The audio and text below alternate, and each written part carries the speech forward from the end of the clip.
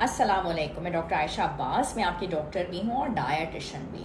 हर चीज़ का एक वक्त होता है, ठीक है। और कुछ चीज़ें तो खैर तकदीर के ही हाथ में होती हैं, तकदीर अपने हिसाब से चीज़ों को लेके चलती है। लेकिन खाने पीने में अगर लज्जत लिखी हुई है और रखी हुई है हमारे लिए, तो हम उन चीज़ों को अपने तरीके से और टाइम से खाएँ।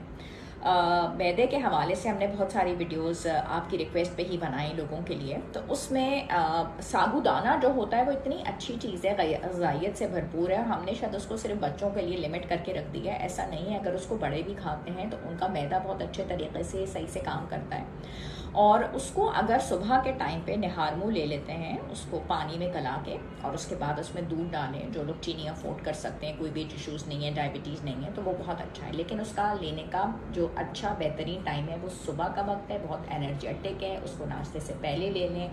भरपूर आपको एनर्जी प्रोवाइड करेगा और आपके लिए बहुत फ़ायदेमंद होगा। इसी तरीके से अंडा अगर उबला हुआ आप लेना चाहते हैं तो उसका भी जो बेहतरीन वक्त है वो सुबह का टाइम है। बजाय ये कि आप कोई अगर गैस के इश्यूज़ हैं या कोई ऐसा इशू है तो आप उसको शाम में ले रहे हैं या रात में ले रहे हैं, कुछ होगा नहीं आपको। लेकिन चूँकि हम मैदे के हवाले से बात कर रहे हैं, मैदे के हवाले से आपको डील कर रहे हैं, तो बेहतरीन औक़ात मैं इस वक्त डिस्कस कर रही हूँ चीज़ों की। तो उसका जो बेहतरीन टाइम होगा अंडे के लेने का, वो आपके लिए जो होगा वो यही होगा कि आप उसको दिन के टाइम पे जो है वो लेके चलें। अच्छा, उसी तरीके से अगर मैं आपको बताना चाहूँ कि कुछ लोगों को कॉफ़ी का जो इंटेक होता है वो बहुत पसंद होता है। तो कॉफ़ी जो है आपके माइंड को बहुत अलर्ट रखती है और बहुत तरीके से अलर्टनेस को जगा के रखती है। कुछ लोग वाकई, मुझे कॉफ़ी नहीं इतने शौक़ या पसंद, मैं चाय के साथ ही कंफर्टेबल हो जाती हूँ। लेकिन जिन लोगों को कॉफ़ी की आदत होती है चाय के साथ, they are not really very comfortable, तो अगर वो कॉफ़ी का इंटेक रखते हैं तो कॉफ़ी का इंटेक उनको रखना है तो दिन के टाइम रखें। अगर रात के टाइम आप कॉफ़ी का इंटेक रखेंगे तो वो तो आपको जगा के रख रही है, तो फिर आप रात में जागना शुरू करेंगे, ठीक है। अच्छा, अखरोट आपके बालों के लिए बहुत अच्छे हैं। जिन लोगों ने रेगुलर तौर पे अखरोट का इस्तेमाल अपनी डाइट में करना शुरू कर दिया है, उनके बालों का हेयर लॉस जो है वो भी कम हो गया और उनके बालों के ऊपर बहुत अच्छा रिजल्ट आया। अगर अखरोट को भिगो के और सुबह आपने रात में भिगो दिया और सुबह उसको खाली पेट खाएं तो उसका फ़ायदा बहुत ज़्यादा है। वरना ये कि हम ये कहें कि आप दिन भर खाते रहें, दोपहर में खाएं, शाम में खाएं, कुछ नहीं होगा। बात हो रही है बेहतरीन टाइम की। उसी तरीके से दही जो है वो चेहरे की खूबसूरती के लिए बहुत अच्छा है।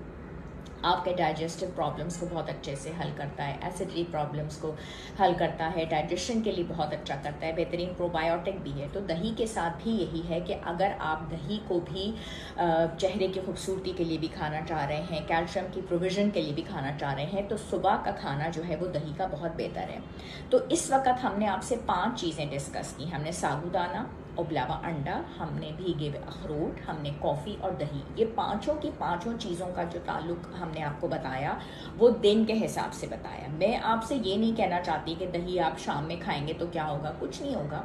आप शाम में भी खा सकते हैं एट टाइम्स, वो तो प्रोटीन का एक बहुत अच्छा सोर्स है। अगर मैं दही को शाम में भी इस्तेमाल कर लूँ तो कोई ऐसी बात नहीं। लेकिन कुछ लोगों को उससे एलर्जी हो जाती है, छींके हो जाते हैं, नज़ला हो जाता है। कॉफ़ी रात में लेंगे तो आप अवेक रहेंगे, ठीक है।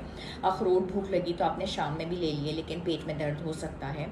तो ये जो चीज़ें होती हैं हमारे पास बहुत सारी, उनका सही टाइम, सही तरीका, सही वक्त बहुत इम्पॉर्टेंट होता है। और इसी तरीके से अगर हम चीज़ों को लेके चलें तो वो बहुत इम्पॉर्टेंट होता है। इंशाल्लाह फिर मिलेंगे नई टिप्स के साथ। ये डेली जो आपके साथ हेल्थ और न्यूट्रिशन का प्रोग्राम होता है वो करने का मकसद भी यही होता है कि डेली के बेसिस पे जो क्वेश्चंस आ रहे हों, जो आपको हम गाइड कर सकें। जैसे कुछ लोगों को जिस्म में खुजली की भी बहुत कंप्लेंट आती है, अगर वो भी अपनी डाइट में रेगुलर बेसिस पे दही का इस्तेमाल करते हैं तो पुरानी से पुरानी खुजली और इचिंग का मसला भी हल हो जाता है।